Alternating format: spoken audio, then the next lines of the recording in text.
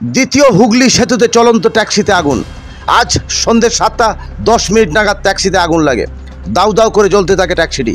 দমকল সূত্রে খবর, ট্যাক্সিটি যখন কলকাতা থেকে হাওড়ার দিকে যাচ্ছিল সেই সময় দ্বিতীয় হুগলি সেতু টোল প্লাজার ঠিক আগে হঠাৎ আগুন ধরে যায়। সঙ্গে সঙ্গে চালক এবং যাত্রীরা গাড়ি থেকে নেমে পড়েন।